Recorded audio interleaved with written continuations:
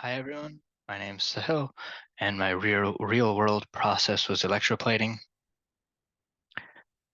Electroplating is a process that coats one conductive material with another for aesthetic purposes or to prevent corrosion or to achieve a different type of surface finish or texture.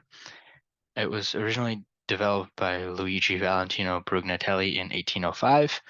And the basic concept is using an anode and a cathode in a electrolytic solution transfer ions from one material to another.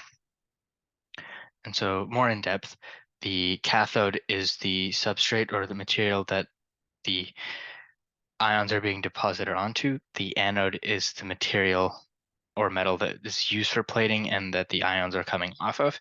And you have an electrolytic solution with salts to help facilitate the conductivity. And Brugnatelli discovered that DC power was more efficient for this process than AC power. And so in it, the current oxidizes on the metal, and the ions go from the positively charged side of the anode to the negatively charged cathode, and it coats it with a thin layer of that metal. And this requires the cathode to be conductive. And so if you have non-conductive materials, so like PLA or other types of plastics, they can be coated with graphene or a variety of other conductive materials to create a substrate that can be electroplated.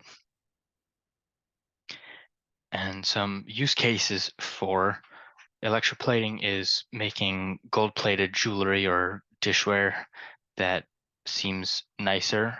And another example is creating a polished texture on 3D prints to make them look shiny or for other reasons like that. And you can have things like nickel plating as an example for a base layer for other types of electroplating to adhere to that. And the photo on the right is an example of a radar antenna developed by the US Navy that was 3D printed and then electroplated after so that it could work as an antenna. And yeah, that's electroplating in a nutshell. Here are my resources. Thanks for listening.